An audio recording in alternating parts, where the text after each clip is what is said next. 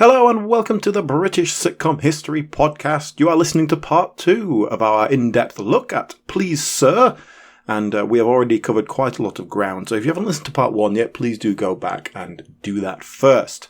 We are looking specifically at Series 2, Episode 13, Dress Circle, if you'd like to watch along. But we have already looked at a lot of the major characters and some of the actors even as well. We're going to go into a lot more detail, though, including the follow-on, the sequels, and what became of the kids of Fenn Street later on in life. So, let's get back to class, starting now.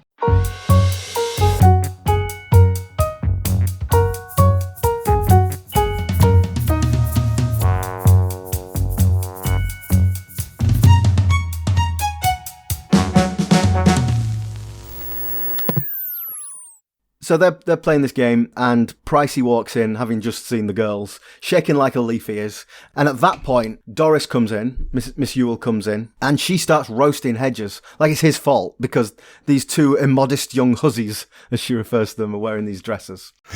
and you know, Hedges, who's not even seen them yet, but he's responsible for them because he's their teacher. Yeah. But what I like about this is Hedges his immediate reaction is, you know, he's a liberal, he's a modern man, he's trying to do the right thing, so he sort of wants to give the girls the benefit of the doubt. Obviously, there's a little bit of a double entendre. Well, I'd like to take a good look at those dresses first, Miss Ewell. I bet you would. but you know, the point is that he's trying to do the right thing. They might not be decadent, they might just be modern. And he's going to be down with that because he's down with the kids, right? Okay, so then this is going to play out. So the very next scene, we go back to the classroom. This is very much of its time, this opening bit of this scene, because we've got Maureen and Sharon. They're wearing their dresses and they're literally standing at the front of the classroom, twirling and posing, while all the boys in the class essentially salivate and leer. Handsome. That's handsome now. But they are there dressed up to show off. Like, that's the kind of the deliberate. They're not usually that bad. That's the thing. I say the boys are treating them like pieces of meat, but they love it. They do love it. That is what they are doing. That's what they're there for. And you know, that's not me saying, they love it. You know, within the context of the script and the time, they do. That is exactly what they're doing. So can I ask you a question? Yeah. What do you think of these dresses? Well, from a 2023 perspective, you know, they're not as racy as you might think, because, you know, Sharon, for example, is just wearing a short dress. Maureen's it's like she's wearing a swimming costume. It's very revealing. There's a lot of skin on show, and you can see, you know, without wanting to be too immodest, you can see her knickers through this dress. You know, like, so it's very revealing. And I would have thought in 1970 that would have been extremely revealing on television. I'll tell you what I will say, without wanting to pass too much judgment, they are not appropriate for school. I will confirm that. Oh, you prude. Obviously, this is the age of, like, the miniskirt and all this sort of stuff. Yeah. And if you see, like, things that you would think of as 1960s fashion, look twiggy and stuff like this, it doesn't feel that far removed from that. But, of course, that is the height of fashion. You're going out dressed up to be seen, right? It's not what you wear to go to school. Yeah. But there is quite a lot in the show in general where the stuff they're wearing, they wear some pretty short skirts sometimes. And that was the fashion. And Sharon's particularly, what she's wearing, it seems a bit more glamorous than what she normally wears, but it doesn't seem any more revealing particularly. I think because it looks like it might be see-through. She's got a kind of body stocking thing underneath, but it looks like you can see right through it. I think that's perhaps more what they think. Whereas what Maureen's wearing is very kind of like, there's a lot on show there. Yeah. And Maureen's the chaste one. She's still got the crucifix around her neck with this thing on. So I'm not sure it quite tallies with her character, but the point of here in the plot is that they are wearing inappropriately skimpy clothing. So it has to be inappropriately skimpy. So they've gone for it, the costume designers. Yes. So back to our classroom, and we're having this sort of objectification of the girls. And then Potter comes in, and it's not really mentioned about the dresses particularly. The purpose of this scene is that this theatre trip that we trailed earlier, Potter's still not got his ticket. So all the kids have got their tickets, but they're now taunting him because he hasn't got this theatre ticket yet. Oh, I'm sure I'll get it. The headmaster has probably got it. There was just a line here that I liked. Oh, I'm a great fan of culture, you know. Oh, my word, yes. I've got BBC Two.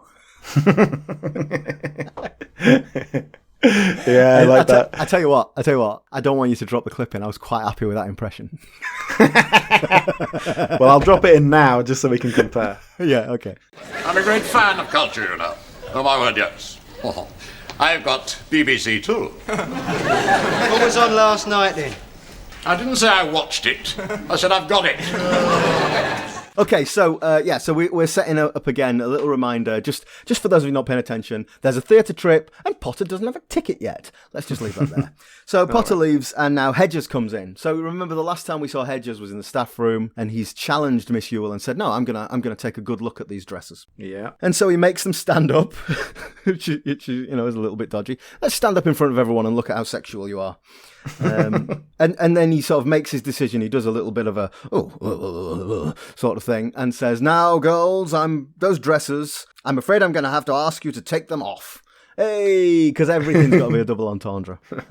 But yeah, he makes them go home and change. So he gave it a chance, but yes, look at that. That's not appropriate for school. We all agree. The parting shot as Sharon leaves, she said, "Well, you should look in the mirror when it comes to fashion sense." And this kind of sets up a little bit of self-consciousness from Hedges, that he looks scruffy, he looks fuddy-duddy. He looks like a teacher. And he likes to think he's down, he's cool and down with it. And so he asks the boys, "Well, what do you think of how I look? Craven, you're dapper. What do you think?" I really like this. Craven comes, literally stands in front of him, looks him up and down, and just takes him to pieces. It's great. Shoes like gumbo, socks the wrong colour, baggy trousers, shirt like a tent, stains on your tie, not like a thimble, prehistoric collar, and a coat what makes you look like the Hunchback of Notre Dame. It reminded me of an anecdote from David Barry's book, actually. Just give another little mention to that. In that, they're talking about when they were doing first sort of dress rehearsals. David Barry goes and gets this leather jacket on. He becomes Frankie Abbott and all that. And then he comes down and sees John Alton dressed up. And he was like, "Oh, John, that is perfect. That jacket is that is such boring teacher, crappy jacket. Like, I haven't been to costume yet."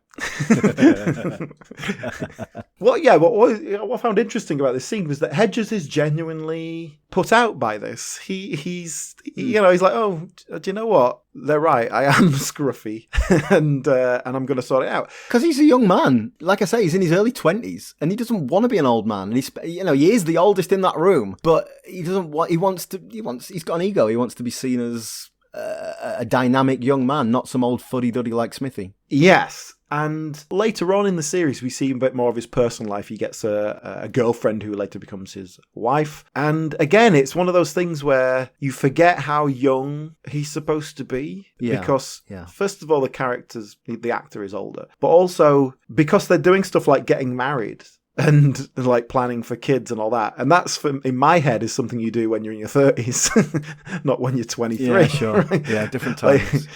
That is just a generational difference, I think. But yeah, what I found interesting, what comes straight after this, is there's a little scene just before the ad break. We're in the corridor. There's a bit of comic business between Doris and the headmaster. Yeah. And there's a blackboard. And it's just a little bit of business. It doesn't really add much to anything. It's an odd one. And then Hedges comes out and we have a little scene with him and Pricey, and all it does is reaffirm what we've just said and the fact that Hedges is like, "Yeah, I'm going to do something about this." You could cut that bit out completely and just go into the next scene and it would make sense. I had this thought. Do you think that's a filler for time? That's what I was thinking, yeah. Is that we're in rehearsal and actually we're running a minute short? We need another page. I think it might be. I don't quite know how much that happened.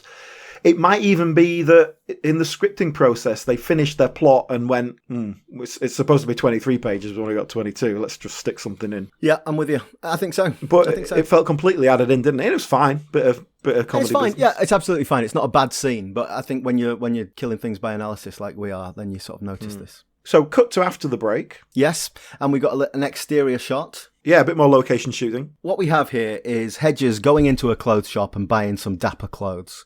But it's kind of all done. There's no dialogue. So we sort of see there's a bit of business as he's walking into the shop. Someone's coming out of the shop and gives him a look up and down as if to say, "God, what are you doing? Look at the state of you." Then he goes in and he comes back out looking like Paul McCartney on the cover of Sgt. Pepper. So he's got this sort of aqua blue velvet suit, a much more fashionable tie like Craven's. He looks like Austin Powers. He looks like Austin Powers. He looks ridiculous in 2023, but I think we're supposed to think he already looks ridiculous in 1969. Do you know what? I was going to say, it would be like me coming out of a shop dressed like, I have literally no idea. I've got nothing. I don't know what fashionistas are wearing right now. But, it'd be like wearing something that's on the catwalk, Yeah. But I think if you take Peter Craven, Malcolm McPhee's character, for example, that kind of tight cut suit, nice crisp tie and all that looks great. And it's kind of that plus. It's that, but in gaudy colours and particularly frilly shirt. Which is what Austin Powers is. Austin Powers is James Bond plus.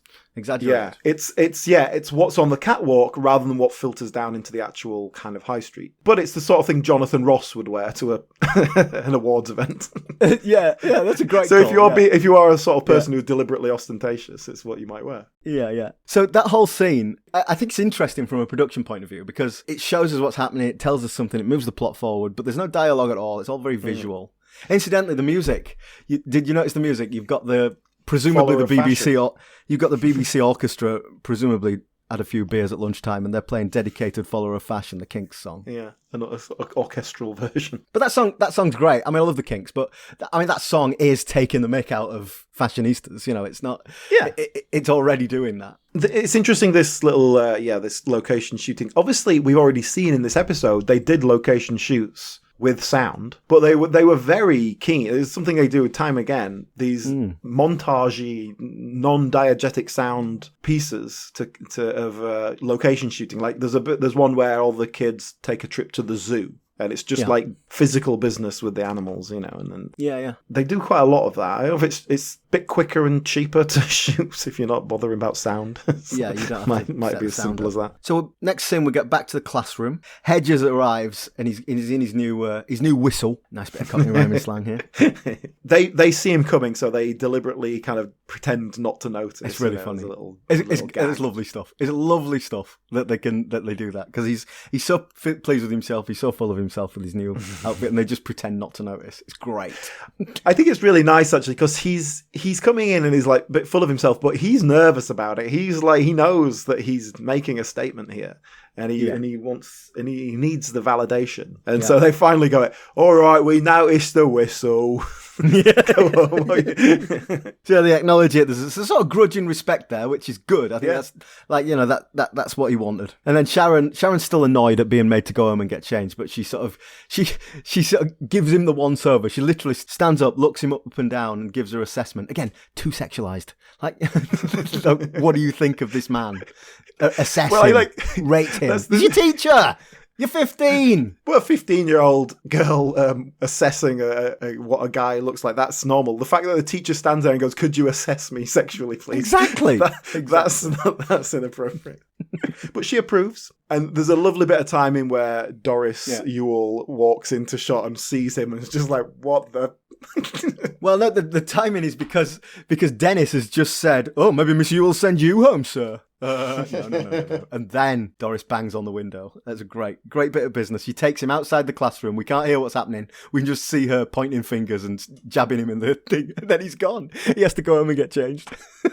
I'll tell you what, before we go on to the third act, if you like why don't we talk about the writers? Let's sort of take a break from the action. Esmond and Larby. Yes, Esmond and Larby. And when we were discussing what shows to do for this series, the reason we're doing Please Sir is because I said, we haven't done Esmond and Larby yet. And I feel like we should do something. We went for one of the early ones. But the reason I said that was because Esmond and Larby, it feels like they're this huge chunk of the world of sitcom, and we've looked at a lot of writing partners before, and I just felt like we've missed out there, and they are just very prolific writers. But actually coming to do the research and writing down a list of all the stuff they've done, I guess I hadn't really quite put it into a list format like that before. But, what I found interesting about it was just the range of things. They have not got a type. They're doing all sorts of stuff. So this was their first big success. They did something just before this called Room at the Bottom, which Derek Geiler was in. And then in the mid-70s, they really hit their peak with The Good Life. I think that's probably their best remembered show. That's the one if you said Esmond and Larby, Good Life is the first thing that comes to mind. Yeah. But at the same time as that, they were writing Get Some In, Do you remember that one? No. So Get Some In is set in like a national service barracks, an RAF, kids doing national service. It's just the army game in the RAF. It's very, very similar. Is Derek Geiler the Sergeant Major by any chance? No, he's not. Oh, okay. It's most notable because it's where Robert Lindsay got his start. He was kind of the one of the main characters in that, and then he went on to do Citizen Smith straight after. The major difference they have between that and the army game is that the guys they've got to play the characters are like 18, 19 instead of 40, which is, it's pretty good. And then after that, Ever Decreasing Circles was quite a big hit with Richard Briers again. Brushstrokes with Carl Howman. Brushstrokes with Jacko. Yeah, Carl Howman had... In the last series of Get Some In, Robert Lindsay left to go and do Citizen Smith. So Carl Howman came in and replaced him as the same character. That's interesting. They just did an actor swap. So one of the later things they did was Mulberry with Carl Howman. I don't know if you're aware of Mulberry. I don't know that. Tell me about that. Carl Howman plays this character who comes in and is like a manservant to this ornery old woman. Yeah. And they develop a sort of unlikely friendship. But the twist of it is that he is the son of Death, and he is like training up to be a Death. And so he's come to kind of grim reap this woman, but then he kind of likes her too much. He's too soft-hearted for it. But he's also got a kind of like charming Cockney manner about him. Is he cheeky Cockney geezer? Yeah, does he? He's a cheeky Cockney. Is he a bit of a ladies' man, Death? I don't know if there's much ladies' man element to it. I'm not sure about that. I've only watched a little bit of it. That sounds interesting, actually. Honestly, I watched a bit of it and I was like, I want to watch more of this. And Carl Howman comes across really nicely in it. He's very charming. He is charming. I like Carl Howman. So Esmond and Larby, just to come back to that, they met at school. They were friends from a young age. They were grammar school boys in South London, in Clapham. Grew up together and then started writing together when the classic thing of, working a day job, writing sketches and sending them into BBC radio shows, and eventually gaining enough traction to get a proper wage. Yes. Did a radio sitcom just before the first TV one in the mid-60s, and just worked their way up. And then Bob Larby on his own, or not with John Esmond at least, wrote A Fine Romance and As Time Goes By, the two Judi Dench sitcoms. Yeah. He also wrote On the Up with Dennis Waterman in it. And My Good Friend with George Cole. I don't know if you remember that rings a quiet bell, yes. Yeah. Yes. So Bob Larby did more than John Esmond. Esmond seemed to just write with him. And I got the impression like John Esmond is the sort of quiet, reserved one. Bob Larby's the one who'll come out and do an interview or go out drinking after the recording and that sort of thing. Yeah. Did they stay friends or was it a classic fallout? Like, where are we with this? As far as I know, they like I said, they've been known each other since they were kids, writing together for at least 30 years in terms of at the top of the actual work that's getting out, and probably 10 years before that as well. John Esmond retired and went to live in Spain or some such place.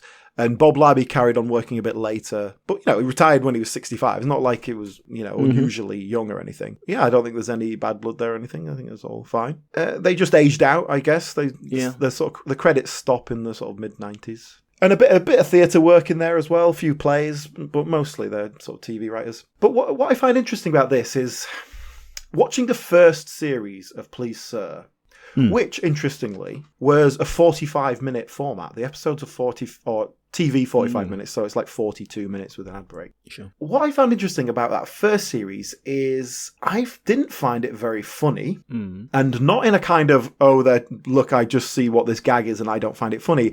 It didn't feel like it was particularly trying to be funny. It's very light touch. Yes. And when I think about it, if you think of something like The Good Life, I think that has that as well. If you... To use a contemporary, say, On the Buses, that feels a lot more gags and silly situations, slapstick. I think Esmond and Larby are a little bit more character-driven, and it's fairly light-touch comedy. By the episode we're watching here, it's the end of Series 2, I still don't get that many big laughs out of it. No, I know what you're saying. They've really found their feet by at this point. In the first series, it feels like they're still working that out. Does this go back to what you were saying about the Potter character being out of place? Because Potter's character is that sort of bigger cartoon, would fit in On the Buses type of... Yes. That's how it's written. Maybe that's not what they're writing. Yeah, I think that might be it. And perhaps they're trying to write that and it's not quite working. But then some of the other things, like I say, if you look at their output, they're very prolific. And there's lots of things that I haven't mentioned here that did 1 series, 2 series and have kind of been forgotten about. Yeah. There's a wide range of not just situations, but also tone. And there are some things that I've just watched a few bits and pieces of that are a lot more comedic. And frankly, I don't think they work that well. Right. Those are the forgotten ones. Shall we return to our episode? We've got a couple of scenes to go. So, if you remember, Hedges had been sent home because he was dressed as a 60s dandy. And now we skip forward to the evening. So, we start in the staff room, and we got Price and Smithy sort of getting dressed for the theatre. They're in their suits. And then Potter arrives. Potter arrives dressed in full white tie, and he's got his military medals on. You know, he literally looks like he's going to a reception at Buckingham Palace. His wife spent 3 hours starching his dickie. That's a good line. Poor old Potter still hasn't got his ticket. It's now becoming sad. Like, this is going to play itself out in a minute, but it's at this point where I'm like, oh, this poor guy. Look, he's got dressed up. I'm really genuinely feeling sorry for him now. So now the head and Doris and Hedges arrive, so we've got all the staff here. And this is brutal. Potter's asking, where's my ticket? And the head says, well, we haven't got you one. And Doris says, Potter, you were never invited. Oh my God, just it's an absolute knife through his heart. That character, the Potter character, he's a pompous kind of arrogant character, so we're supposed to be laughing at him being But I'm deflated. not. I feel sorry for him. He's been humiliated in front of all of the people he works with. It's terrible. But they all hate him, so it doesn't matter. Because he's a dickhead. Well, there's an interesting dynamic that happens now, because Hedges, who is aggrieved at Doris for having sent him home, leans in to Potter and he says, oh, there's loyalty for you, Potter. And he's stirring it up. You know, he's really trying to wind Potter up.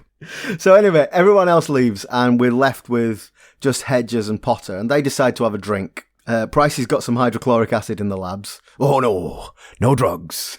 It's a very good late 60s reference. But anyway, to cut to the chase, it turns out to be vodka, this hydrochloric acid. And that has, by the way, you won't have seen this, but that's set up in an earlier episode. Where Mr. Price kind of goes to Hedges like, oh, pass me that bottle of acid, like, we'll have a little drink. And he's like, what do you mean? He's like, oh, I keep it. This is where I keep it. Vodka. Because he's a functioning alcoholic and he's hidden alcohol around his workplace, which is a school. Mm-hmm. We've all done it. Well, I haven't, Gareth. You have. All I'm saying is that if you work in a bank, no one ever looks under the cistern in the toilets. God's sake. So anyway, look, cut to the chase. What we've got here is Potter and Hedges getting drunk together. And this is quite nice because, you know, they've been set up as antagonists from the very first episode. And they're genuinely bonding here. There's a bit of bad drunk acting from Derek Geiler, but, you know, everyone does bad drunk acting. I can't really hold that against him. Yeah, they have these occasional moments of bonding between them, and it always kind of comes to nothing because we need them to be antagonistic again the next episode or whatever it is. But yeah, it's like you were saying earlier, Potter is sort of set up as an antagonist and never quite reaches it because he doesn't have any real authority. He's just an annoyance. He's just a burr in the saddle of whoever needs to get something done. I'm sorry, I'm going to have to stop you. That's a beautiful phrase. A burr in the saddle. I mean, it's great. I like it. I'm not criticising. Where's that come from? I don't know. I must have been watching a Western or something. So yes, they get drunk together. Because you have to be drunk to express your emotions if you're a man. That's a scientific fact. So we have to get them drunk together. And then we sort of set up that they're going to go to the theatre anyway. So we cut now to the foyer of the theatre. We cut to the foyer of a theatre, which is a whole big set to create and fill with a lot of extras for the sake of this singing. A big production for essentially one visual punchline. No, two visual punchlines. We have two punchlines here. So what we get is there's a little gag about Smithy saying, oh, things have changed since my day, and it's because he's been in the ladies' toilets. Very funny, very funny. The head buys a box of chocolates for Doris from a tout. and their display chocolates, It's and a she scam. breaks her tooth. All very weird. Like, just a throwaway gag. There's a line there that doesn't land where he says, "Oh well, you bought me supper," basically. So he's like, she's taken him out for dinner before the see. show. Yeah, no, I didn't catch But it just that. doesn't land at all. There's a lot of stuff that doesn't land in here when you watch it and you go, "Oh, that was a gag," and it just the timing's slightly off or just something. Yeah. And again, I think that's down to production quality of let's get it done rather than let's get it done Yes. well. So the first sort of visual punchline here, 5C arrive, the class arrive, and they're all looking absolutely fabulous. We discover that Duffy's brother knows someone who runs a suit hire shop, and without really looking too much into how they've afforded to pay for all this, they all look great. They've got black tie, they've got dinner jackets, the girls have got sort of ball gowns on. They genuinely look fabulous. It's great. A nice kind of punchline to the episode. But it's kind of a nothingy thing. They just walk in and walk past and like, oh, Yeah. they've dressed appropriately for the theatre. Yeah, there's Okay. no dialogue. They just in they go. So then, basically, the foyer empties. Everyone goes into the theatre, and we think the episode's finished. And then we get the final punchline, which is Hedges arriving in this ridiculous white tie attire that's way too small for him, and of course he's wearing Potter's suit all the way up to his ankles. Now this is John Alderton's turn to do some bad drunk acting now. Yeah. And the final punchline is Potter arrives in the dandy Paul McCartney Sgt. Pepper suit that Hedges was wearing earlier. Much hilarity ensues. Well, not that much. It's not a damp squib ending, but it's not a big finish either. And I've noticed that quite a lot in this show, watching all the episodes, just how often something would happen and it's kind of like, oh, well, this is the inciting incident. And this is setting something up. And then the theme tune kicks in. It's like, oh, that's the end of the show. Right. There's a lot of like half-baked ideas that never quite come through to fruition. We do something with the character and then it's like, okay, like what are the consequences of this going to be? And then it's the show ends.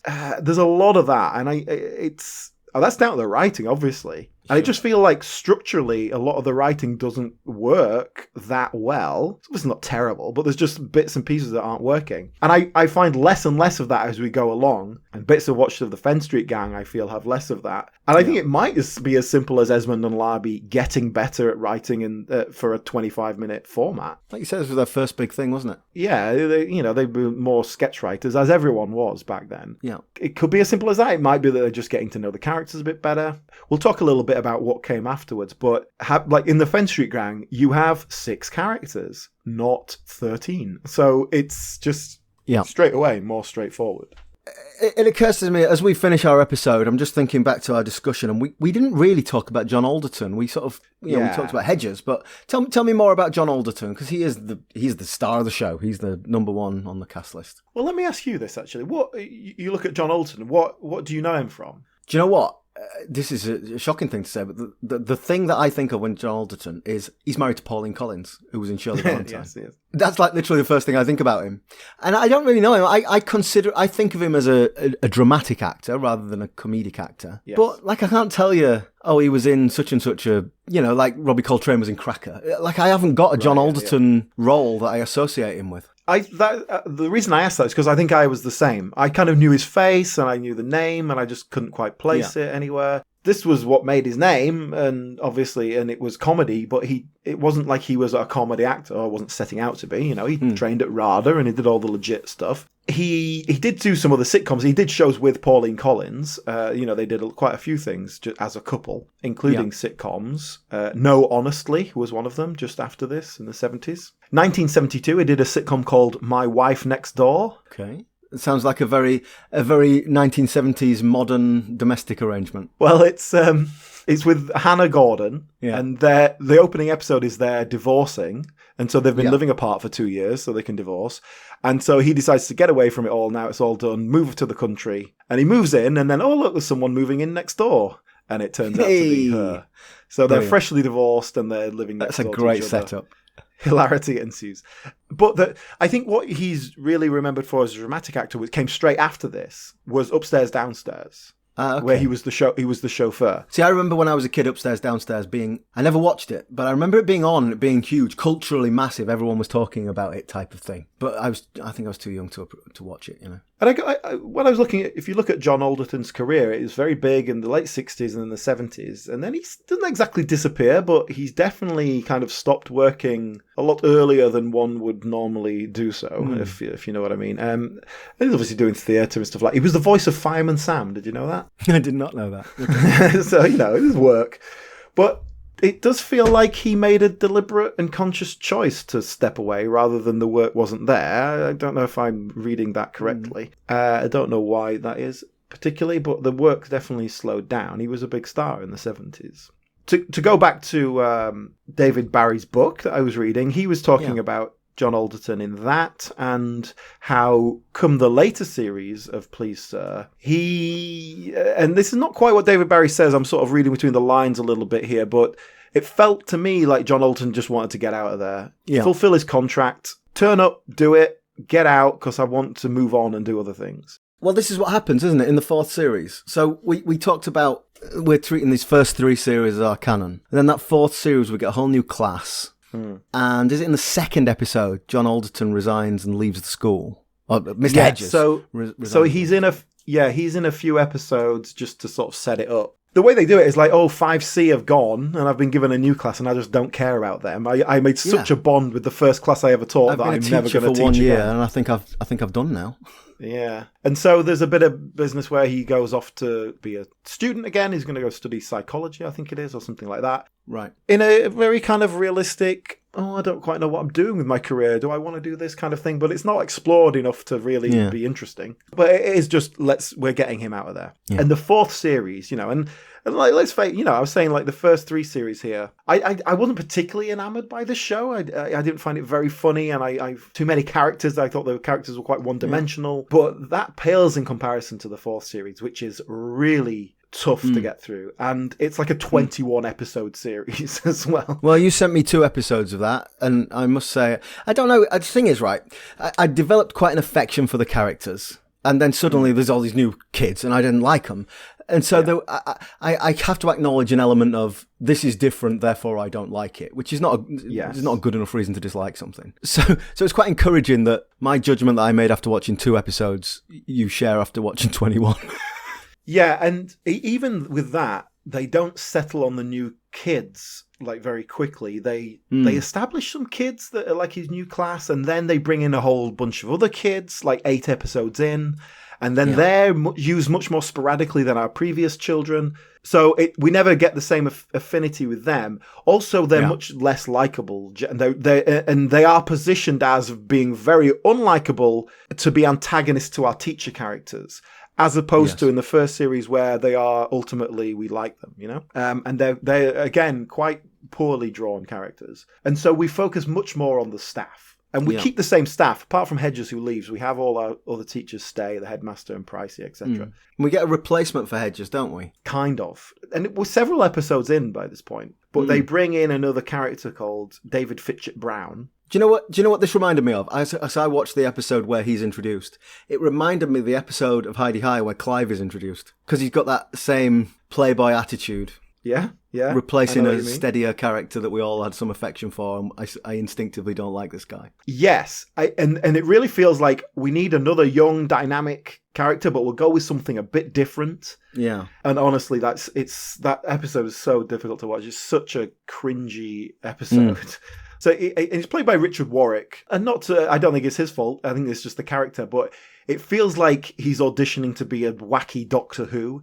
Here, what you doing? That's a gun, that is. I killed 25 kids with this at my last school. All right, I didn't, but it kept you quiet, didn't it? 6 wives of Henry VIII. Got Jane in? Wrong. And? Wrong.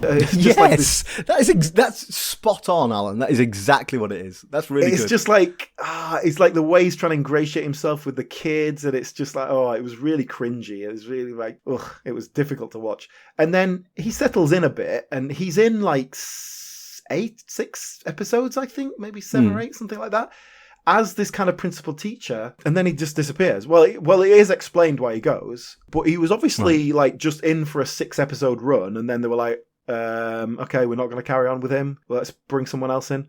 And then there's another character who's brought in who is not as well developed by any means, but has a very similar voice to him. And I feel like they'd already written some scripts with that character, so they thought, oh, we don't want to completely rewrite these. I don't know what the story there is, but I feel like that character was supposed to be in the rest of the series, and then he left. So the problem with the fourth series, I'm extrapolating from what you've said here, it's all over the place. We've got principal characters are changing and getting chopped around. It's a total mess, yeah. And they don't know what it is. They don't know what they're trying to do with it. Esmond and Larby do write some of the episodes, but not all of them. They handed over writing duties to some other people because they were also writing the first series of Fenn Street Gang at the same time. So they were busy. What about the kids? Because again, the episodes I watched, I did not like the kids. First thing, It looked like the actors were a bit younger, which is good. A little bit, yeah. But they lacked the charm. And again, I only watched a couple, so is that accurate? Yes. And I think it's, like I say, they are used as antagonists rather than what we have in the first show, which is we're going to sympathise with, ultimately empathise with these kids, and they're set up in a different way and used in a different way. But that means you just don't like them at all. And one of them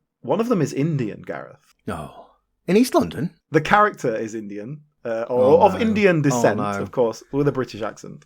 No. Now, I'm not. All I'll say is the actor who plays this Indian character is called Darina Pavlovich, and I'll let you make. I'll let you make your own. I wasn't expecting that. Assumptions. I was expecting John Smith or something, but. Oh dear. Yeah. So what's interesting, she's set up as this Indian character, and the whole dynamic is her and this other girl, and the other girl is like, "Oh, you're so exotic and beautiful. I wish I was like you." And she's just like, oh, I'm just normal, I don't care. And she's got a British accent, she's got Indian parents, which she's brought up in, so she's sort of second generation. But in the first time we see her, like, there's definitely, it's not boot polish, but there's some fake tan going on there. And I think by later episodes, they don't even bother with that. It's just a Eastern European skin colouring. So, right. Yeah. Okay. Near enough. Time, but there you go. So, okay, so we don't like Series 4 of Please Sir, which we are saying is not part of our canon. What about Fenn Street Gang? So Fenn Street Gang is the other species. That's where the kids from 5C have left school, grown up and got on with their lives. I've watched one episode of this. You watched them all. So tell me a bit about Fenn Street Gang. We establish the 6 characters. Now, first of all, first thing to note, 2 of the actors have changed. Yes, thank you. I did notice this quite clearly. So Penny Spencer, who plays Sharon, decided to leave, and she's not in the film spin-off either, which was made immediately after the series. So after Series 3? Between Series 3 and the Fenn Street Gang starting, yeah. Okay. So she left then, and again, I saw Penny Spencer talking recently about this, and she didn't give a very straight answer, but the general idea was she'd had enough of it, she wanted to move on, and I think there was some element of her wanting to go off and start a family and that sort of thing. Plus she'd got a little bit of other work, so maybe she was just thinking, okay, time to move on. And that other work didn't really develop into anything, but that's what it is. So she just decided to move on. Carol Hawkins comes in to replace her. Pretty much like for like replacement, and does a really good job, actually, I think. Same character, different actor. Yeah. So she's in the film, and then she comes into the series as well. And because that character then develops quite considerably over that period, does a perfectly good job. The other character who changes, the other actor who changes is Peter Craven. So Malcolm McPhee was contracted to do a theatre run. He was doing something, so he couldn't do the job. And so they brought in Leon Vitali to replace him, but only for the first series. Ah, right, okay, because the episode I watched, Malcolm McPhee was in it. That makes sense. So only for the first series, and then Malcolm McPhee was available for the second series, so they brought him back. And as opposed to Carol Hawkins, Leon Vitali never fits the character. It just never quite works. It doesn't feel like... I don't know Leon Vitali. Who's he? He's not a big, really well-known actor or anything. Actually, just interesting little side note about him. He's most famous because he worked for Stanley Kubrick and kind of basically became Stanley Kubrick's personal assistant. Oh, okay. Stanley Kubrick famously a man who did not like other people particularly, and but this for some reason they connected, and so it was like he became his little personal assistant. But here's an interesting thing, and this is what I've learned from reading David Barry's book again. When they started the Fenn Street Gang series, they were going to do 21 episodes, and they contracted the actors for 16 episodes. So they knew straight up they weren't going, we have our 6 characters and we're going to use them all in every episode. They were going to have episodes where some actors weren't in it, some characters weren't in it, which I think is really interesting, given that the previous series has 12, 13 regular characters and they're in every episode. And, maybe there's a financial reason behind that. If you're only contracted for 16, you only have to pay them for 16 weeks, and you can spread it out. But that has a knock-on effect that it's a sitcom without a situation. It's 6 characters who have their own 6 lives going on. Well, one of them are a couple. And so you can build a story around any one of those in any given week. Sure. Gives you plenty of fodder for stories, and you can draw your other characters in because they're all friends. But it means you don't really have a central position, like a school play or a workplace or a home. What is the situation? And so it feels a little bit loose because of that. Well, the episode that I watched had Frankie and Dennis in it. Basically, they went to a strip club. That's the gist of it. But yeah, Peter Cleal wasn't in that episode. I don't think Liz Gebhardt was in that episode. And then the other 2 were just... briefly, they sort of came and went. Yeah, that's how it works. And there are episodes where they're all in it and they do a big group thing. It sounds more like a soap than a sitcom. Where you've got different houses and, they occasionally come to the pub and talk to each other, but different families doing different things. Yeah, you're right there. In terms of situation, it probably is. Not in tone. It's definitely comedic in tone. Yeah. And there are some overarching kind of plot lines that run along. So Peter Craven gets a job as like a runner for a gangster, a sort of Mr. Big, played by George Baker. And that, in turn, spun off called Bowler. Which was a sort of following that gangster character. Oh, fascinating. Spin-off of a spin-off. Is that... that must have happened before, but I can't think of another example of a spin-off of a spin-off. It definitely happens, yeah. It's perhaps not often, but yeah, certainly it's happened. And they just did one series of that as a spin-off, and it never quite caught on. So, in terms of legacy, we've talked about the 2 different spin-offs. Now, I'm also conscious that we haven't really talked about the actors of the 6 kids. We talked about the fact they were too old. But you can give me more detail here. But my perception here is that this was kind of this is the top thing on their CV. Yes, I think that is correct. Peter Denyer is perhaps, he was in Agony and Dear John as regular characters in that. Sure. But arguably they are less well remembered. But they were decent, good shows at the time. We got Peter Cleal. He did occasional work. He became an agent, actually. He set up an agency with his wife, who was also an actor. Can I say the thing that Peter Cleal was in that you have to be exactly my age to know? He was in a Tunes advert. Where he plays a man with a blocked nose who says, second class ticket to Nottingham, please. And then he comes back after he's had his tune. His second class ticket to Nottingham, please. Like that is right in my... I must have seen that advert 200 times. Yeah. Well, that's it. He's still working, and then later on kind of dropped the acting bit and just became an agent. And as far as I can tell, according to their website, Pelham Associates, they are still the agents of that organisation. He'd be 79 now. Okay. As it looks on the website, they're still running that agency. And here's some information that, again, I've got from the book by David Barry. Because after the Please Sir bit, he talks a lot about what he did in his career afterwards. And a lot of that was with Peter Cleal, Malcolm McPhee particularly, and Peter Denyer, some of that as well. They did a lot of theatre work. And Malcolm McPhee seemed to get into the production side of things. Peter Denyer became a director and writer, particularly in pantomime. We knew that from our Dear John episode. He churned out 5 pantomimes a year scripts, but he did a lot of directing as well. And they did like a sketch show called The Lads from Fenn Street. Peter Cleal, Malcolm McPhee, and David Barry. And it was just a sketch show, but they were selling it on low. You remember these guys from The Please Sir? But the characters they were playing were not Please Sir characters, right? Okay. Penny Spencer doesn't really do too much. In the David Barry book, he talks about doing a play with Penny Spencer, and she was too quiet for theatre work. Oh, really? That's interesting. Even in the recording of the show, it was always like boom mic trying to get in as close as possible because she was just so quiet. And they're talking about doing a theatre show, and they had another actor just off the side of the stage doing the lines at the same time to project because otherwise the audience wouldn't hear. Yeah.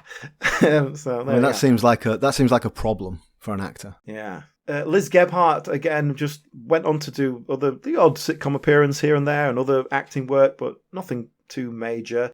Liz Gebhardt and Malcolm McPhee both died very young in their 50s. Oh, really? But both of cancer, I think. And then Peter Denyer was only about 60 when he died. He was not particularly old either. There was apparently, and again, this is coming from the David Barry book, there was an idea for another spin-off where we see Duffy and Sharon, who are now married. that they move into a middle-class neighbourhood and they're a bit out of place. Oh yeah, nice fish out of water. And nothing came of it, but there were certainly discussions about it. So there was attempts to it. But even in the third series of Fenn Street Gang, which they only did 8 episodes, Liz Gebhardt and Peter Denyer are not in that. Those characters are sort of... It's written that they've just gone off to do other things. Okay. But Liz Gebhardt got pregnant, so she couldn't do it. Peter Denyer he had something else going on in theatre. So they were all moving on by the end, and it was just sort of came to an end, really. David Abbott did probably more work as a writer. There's the odd sitcom appearance. One of the more notable appearances later career, he's in the George and Mildred film, which was made in 1980.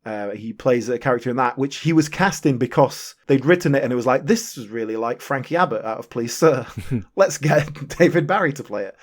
So it's like, okay, that's fair enough. A little bit typecast maybe. And he did a lot of writing in theatre and... He's done a fair bit of panto in his time as well, of course. Of course. You said earlier that David Barry had written a couple of novels as well. Yeah, quite a few, actually. And that just seems to be what he's been doing for the last 20 years. People often dismissively say, oh, that comedian's just, he's written a book. Like, it's hard writing a book. I'm full of admiration for people who write a book. You know, I'm not talking about ghostwriting. I'm talking about someone who's actually slaved away at the typewriter. It's not easy, that. Yeah, and then to find someone who'll publish it for you as well. Here's the interesting thing that was the real kind of legacy here from David Barry, is that obviously many years later, in 2016, he wrote a stage show, sort of a fringe show, called The Many Lives of Frankie Abbott. I like the sound of this. It came from the idea of, like, what was Frankie Abbott doing now? If Frankie Abbott's in his 70s, he's in an old people's home. Is he still making stuff up? And he's still doing it. And I haven't. That was a fringe show he did at Edinburgh Fringe and all that sort of stuff. It's him and one of the characters who's the carer, who was played by Linda Regan of Heidi High.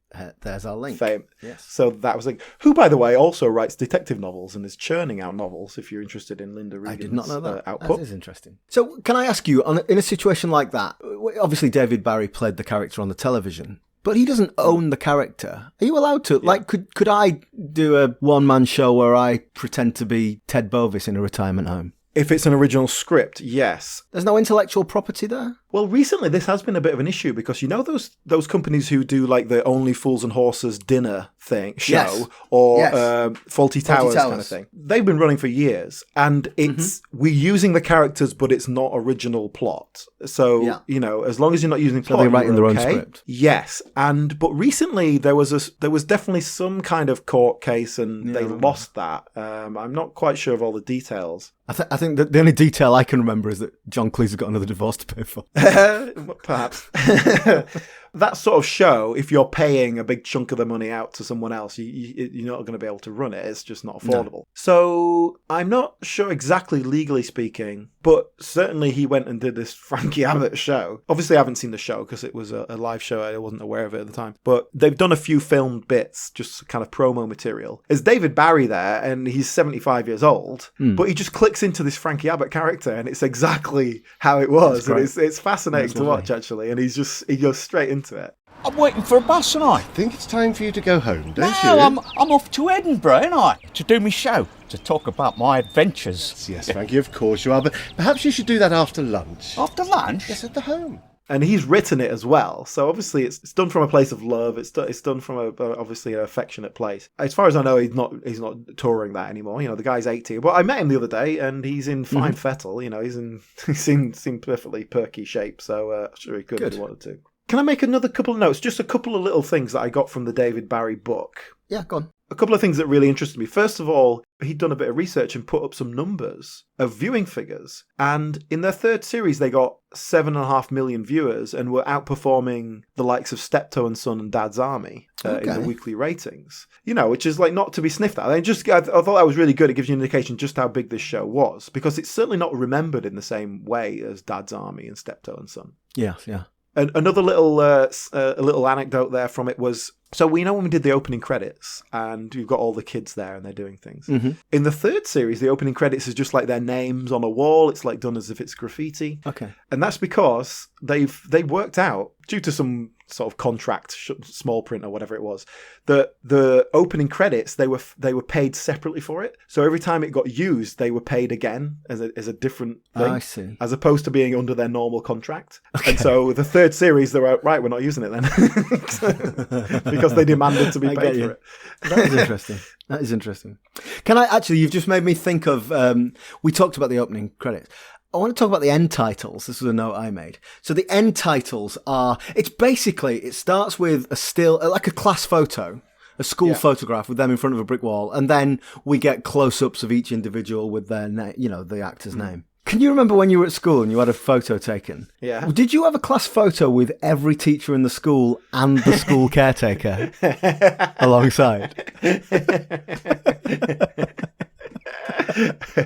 Yes, and we were arranged. All the pupils were arranged in how often we talked. Yes. Yeah, that's right. That's right.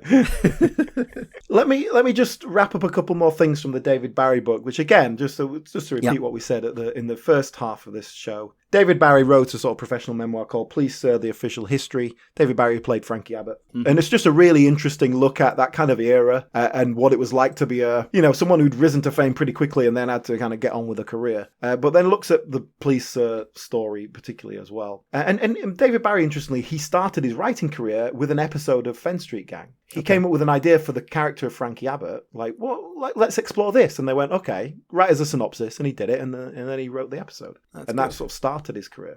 And so the other thing that he talks about in the book, which I find really interesting, because it's the sort of thing people don't talk about, is the money and the sort of the behind the scenes kind of thing of like how all that works. But from a historian point of view, I find it really fascinating.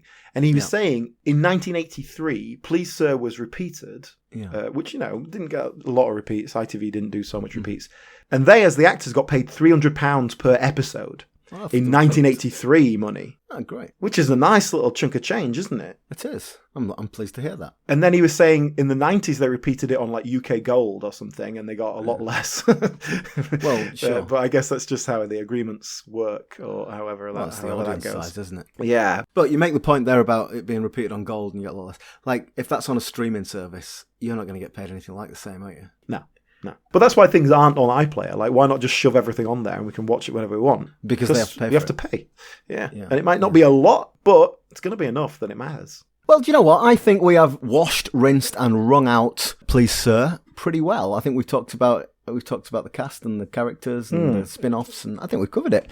So what's your summarising thoughts about Please Sir, the first 3 series? Yeah, I mean, honestly, I didn't particularly care for it. We've talked fairly positively, I think. Yeah. But I didn't find it very funny, was the first point. And like I said earlier, I don't think it's even trying to be that funny. Yeah. I find the characters to be quite one-dimensional. Structurally, it's not that strong either, and there's too many characters. I didn't think it was that good, and I don't really get why it was so popular at the time. Perhaps it's just speaking to a particular demographic or something like that. I was interested that when I watched Fenn Street Gang, that was kind of hit and miss as well. We've got different writers and different characters and situations and all that. But when it worked, it worked. And I feel like I'm seeing Esmond and Larby's writing developing, which was very interesting. So you just said, I didn't care for it, and then listed several reasons why. And none of those reasons I will disagree with. But I quite liked it. I quite enjoyed it. On a superficial level, I enjoyed hanging around with it. I'm not saying it was groundbreaking comedy, but it was good. It was good. It was fun. And once I got to know the characters, which did take a little while, I felt invested in them. I enjoyed them doing their one-dimensional thing each week. Well, I think that's a lot because I think that first series, it is really finding its feet. And it's the second series by that point, we sort of start to know who the characters are a little bit. I think that definitely is not just you. I think that is the show. Sure. And as always, this is perhaps an effect of me watching 50 episodes of this stuff over the course of a few weeks. I do think that's a problem. Obviously, that has an effect. And let me tell you that Series 4 was a slog to get through. It was not good. And it made me have a much better appreciation for the previous series.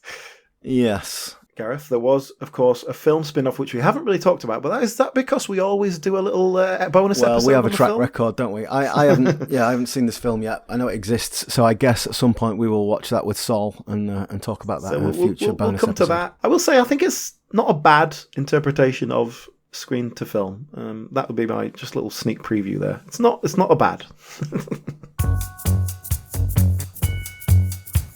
Well, I'll tell you what we should, speaking of future episodes, we should tell our listeners what we're doing next. We're going to do Game On. Game On! And we're hitting straight into my sweet spot of, I actually remember watching this when I was a kid. Yeah. Which I'm sure it you do doesn't as happen well. very often. Yeah. Yeah, so we're sneaking up into that territory. So yeah, something completely different. I'm looking forward to that. Well, I watched it as it went out, but not since, so I'm looking forward to it. That's going to... Yeah, exactly. Things have changed, Gareth, in the 25 years since. Okay, thanks to everyone for listening. If you would like to follow us on social media, please do. We're on Twitter and Instagram at BritComPod, or we're on Facebook. If you just search for British Sitcom History Podcast, you'll find our group. Okay, thank you very much for listening. We'll be back next time. Goodbye. Bye.